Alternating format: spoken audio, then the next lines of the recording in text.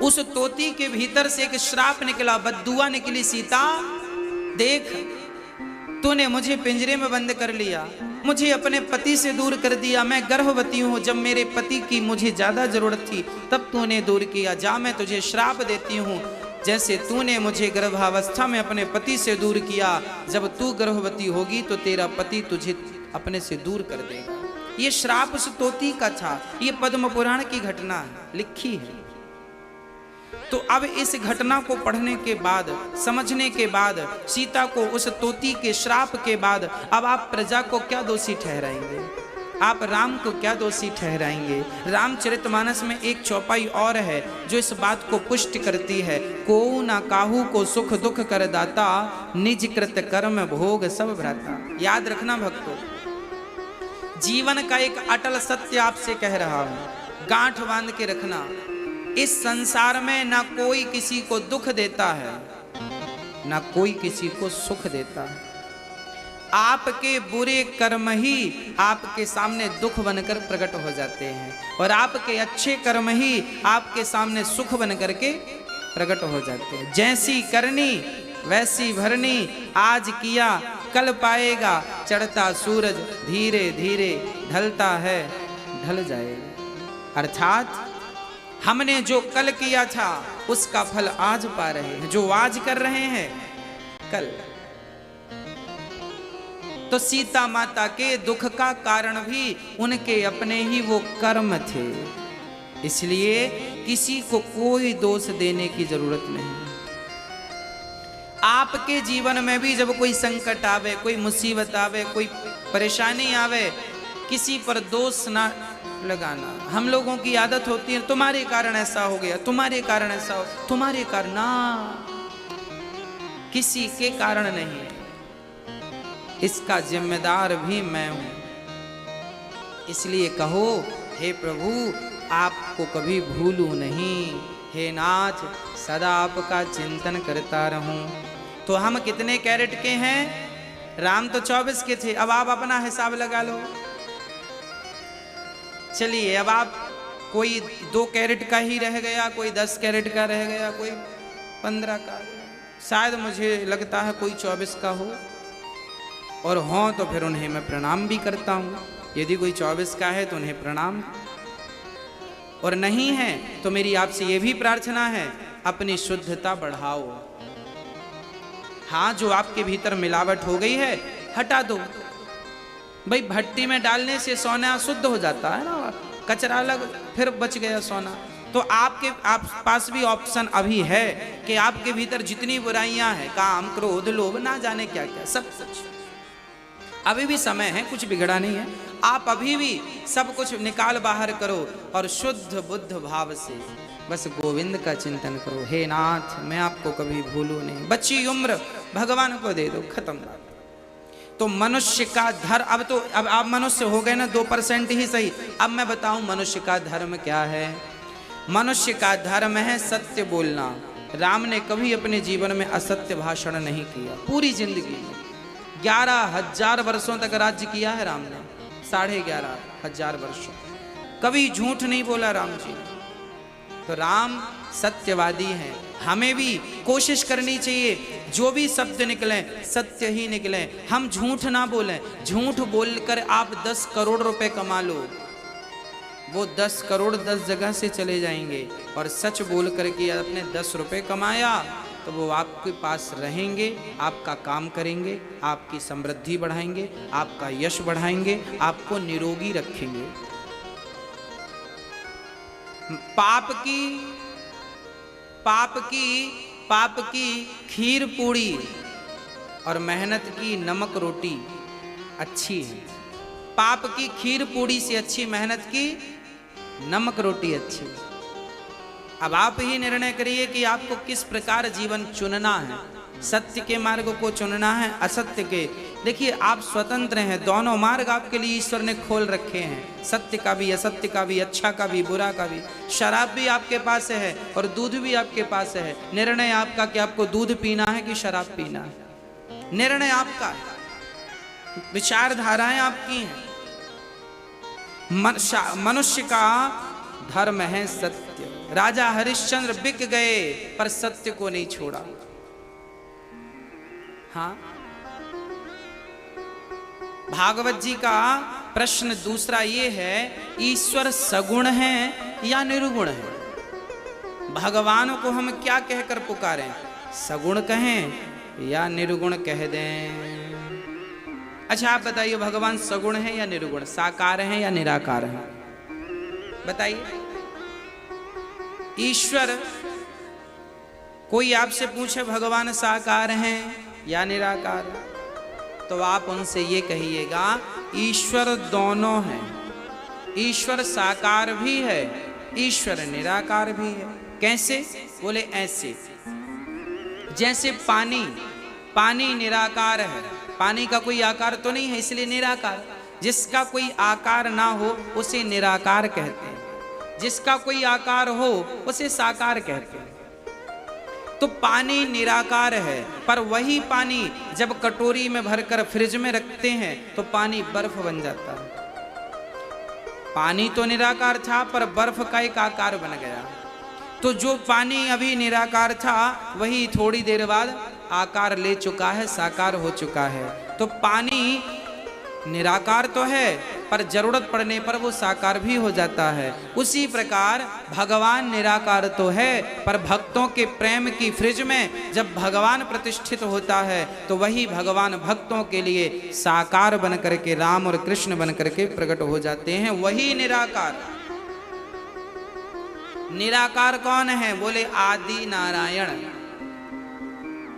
जो नारायण है ना, जो नारायण है वो निराकार है, परंतु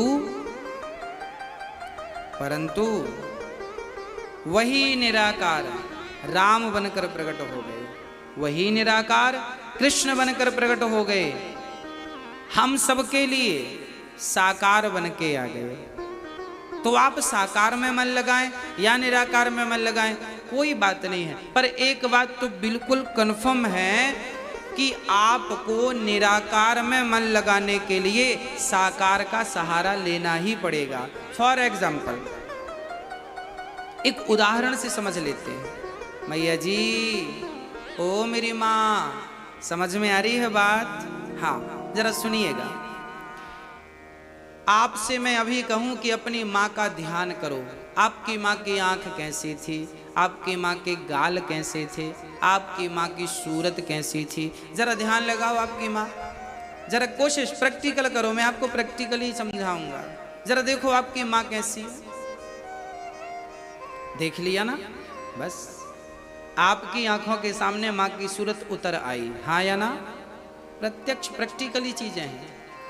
अच्छा, आपकी आंखों के सामने माँ की सूरत क्यों उतर के आई है? क्योंकि आपने अपनी माँ को देखा है।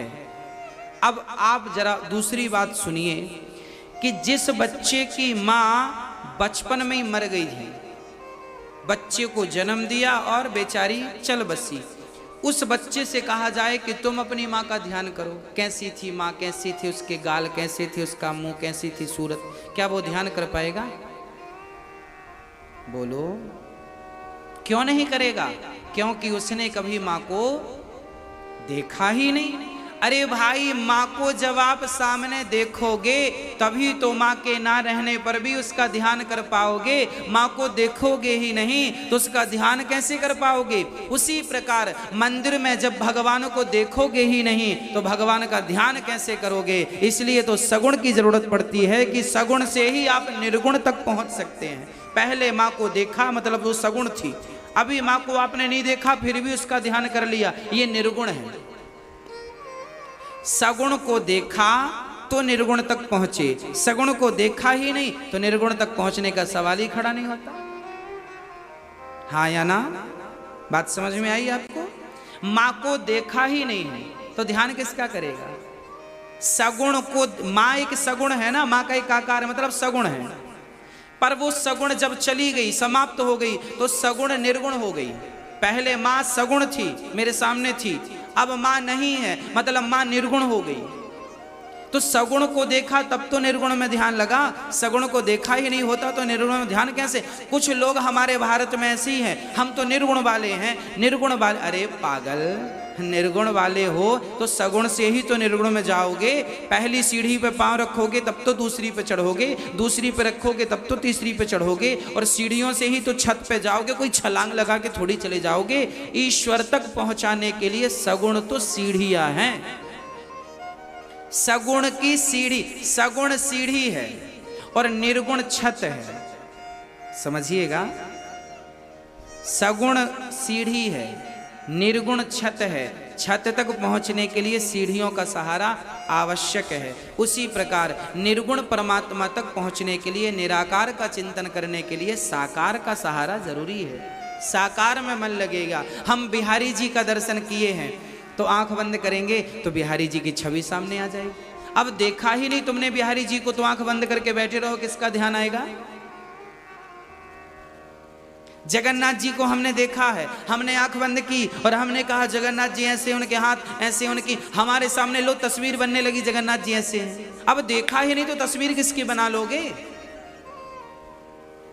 हमने द्वारिकाधीश जी को देखा है, ऐसे हैं, भगवान के हाथों में बंसी है और बड़ी ऐसे सांवले से हैं और ऐसा दरबार है, ऐसा सुंदर मुस्कान है उनकी, देखा है तो चित्त में आ रही है छवि, देखा ही नहीं तो कैसे आती? भाई सगुण से ही तो निर्गुण है। कोई डायरेक्ट कहे मैं निर्गुण वाला हूं तो आपका ज्ञान अभी कच्चा है, थोड़ा पकाइए। सगुण, मैं निर्गुण का विरोध नहीं करता, राम जी खुद कहते हैं, मैं नहीं, चलो मेरी बात मत मानो। रामचरितमानस में सुंदर कांड में गोस्वामी जी लिख रहे हैं और राम अपनी वाणी से कह रहे हैं। राम जी कह रहे हैं, सगुण उपासक परहित निरत नीति दृढ़ तेनर प्राण समान मम जिनके द्विज पर प्रेम। सगुण उपासक, सगुण, राम जी कह रहे हैं मुझे सगुण उपासक पसंद है। सगुण उपासक पर हित निरत नीति दृढ़ नैम, कह रहे हैं राम जी। और फिर भी अब कोई ना समझे तो फिर कोई समझा भी तो नहीं सकता। भगवान के अवतार कितने हैं ये प्रश्न भागवत जी का है। सौनक जी प्रश्न कर रहे हैं सूत जी से, भगवान के अवतार कितने हैं। अब यहां से पावन सी कथा प्रारंभ होती है। भगवान के 24 अवतार हैं। भगवान के टोटल कितने अवतार हैं? 24। कौन कौन से? पहला अवतार है सनकादि, सनक, सनंदन, सनातन, सनत कुमार, इन चारों को एक ही कहा जाता है। दूसरा अवतार भगवान ने 12 बन करके हिरण्याक्ष कुमार के पृथ्वी की स्थापना करने के लिए 12 अवतार धारण किया। विष्णु वाराह भगवान की नगरी से ही ये दास है। हाँ, पूरे भारत में 12 भगवान का एक ही मंदिर है जहां हमारी दास की जन्मभूमि है। रेमझा गांव से 9 किलोमीटर दूर मझौली है, वहाँ विष्णु वाराह भगवान का एक प्रसिद्ध मंदिर है। विष्णु वाराह भगवान का कहा जाता है कि एक किसान बैल चरा रहा था। हाँ, वो किसान पेशे से मछुआरा था। उसने जाल डाला तो मछली तो फंसी नहीं, उस नदी से पत्थर फंस के आ गया। उसने फिर फेंक दिया नदी में, नदी पत्थर आया तो फेंक दिया। फिर जाल डाला, फिर पत्थर वही आया, फिर फेंक दिया। फिर जाल डाला, फिर पत्थर आया। उसको लगा ये बार बार आ रहा तो रख ही लो, पत्थर को जेब में रख लिया। घर ले आया, घर में एक जगह पर रख दिया। अब वो पत्थर ना 12 बन करके सबकी फसल बर्बाद करता। लोग शिकायत करते कि इसके घर से निकलता है। लोग पीछा करने लगे ये कहां से आया, तो वो जाता और उसके घर में जाके समाप्त। लोग कहते तेरे घर से तूने कब से 12 पालना शुरू कर दिया? बोला मेरे घर तो कुछ नहीं है। नहीं नहीं है। तब फिर उसे सपना आया कि जो तुझे पत्थर मिला था उसके लिए तू एक मंदिर बना। तो मझौली में उसने एक मंदिर, पावन तट पर। तो ये 12 भगवान वही हैं जिन्होंने दूसरा अवतार, ये दूसरा भगवान के दूसरे अवतार हैं। हिरण्याक्ष को मारने के लिए आपने जन्म लिया। कहां से? ब्रह्मा जी की नासिका से। तीसरा अवतार नारद जी का।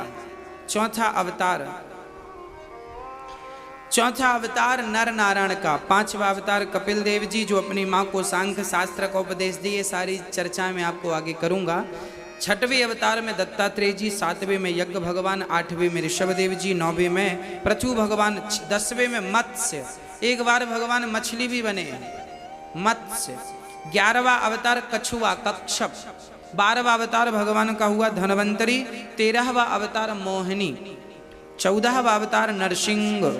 नरसिंह भगवान किस लिए आए? प्रहलाद के लिए। 15वां अवतार भगवान का बावन भगवान क्यों आए? राजा बलि के लिए। 16वां अवतार परशुराम जी क्यों आए?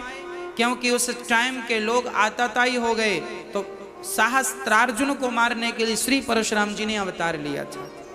17वां अवतार व्यास जी, जिन्होंने 17-18 पुराण और वेदों का विस्तार और महाभारत जैसा दिव्य ग्रंथ लिखा। ऐसे व्यास जी 17वें अवतार। 18वां अवतार त्रेता में राम जी का, भगवान श्री राम जी का। 19वें अवतार में बलराम जी भी भगवान के ही अवतार हैं। 20वां अवतार हुआ है श्री कृष्ण भगवान 20वें अवतार हैं। 21वें अवतार हैं बुद्धावतार, जो कलयुग में हुए हैं। बुद्धावतार,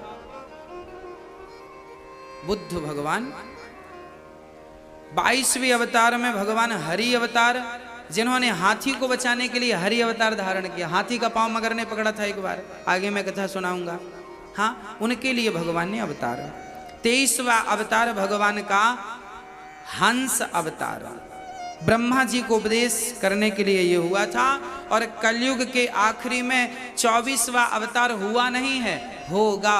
कल की अवतार संबल ग्राम में विष्णु यश नाम के पंडित जी के घर में कल की अवतार होगा। हुआ नहीं, होगा। भागवत जी में जो लिखा है वो पिछला भी लिखा है और आगे जो होना है वो भी लिखा है। बुद्धा अवतार होगा, भागवत जी में ये लिखा है। अर्थात भागवत जी तब लिख गई थी जब बुद्ध भगवान का अवतार नहीं हुआ था। भागवत जी के इस प्रसंग में ये बात लिखी है कि बुद्ध अवतार कलयुग में होगा, भविष्य। मतलब भागवत तब लिख गई है जब अवतार नहीं हो। और उसके बाद जो टाइमिंग इसमें लिखी थी कि इस टाइम पे होगा, इस समय पे होगा, वही समय पे बुद्ध भगवान का अवतार होगा। और कल के अवतार के बारे में भी अपडेट है, वो भी होगा। मतलब हमारे शास्त्र जो है ना, ये भविष्य को भी पुष्ट करते हैं। अर्थात भविष्य की बात इन्हें पता है, कल क्या होना। रामचरितमानस में सारी बातें लिखी हैं, कल क्या जो आज हो रहा सब तो लिखा है।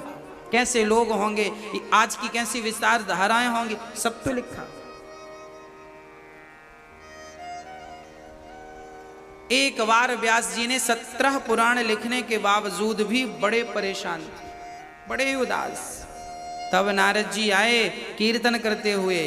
क्या हुआ, आप परेशान क्यों हैं, उदास क्यों हैं? तब कहा मैं इसलिए परेशान हूं।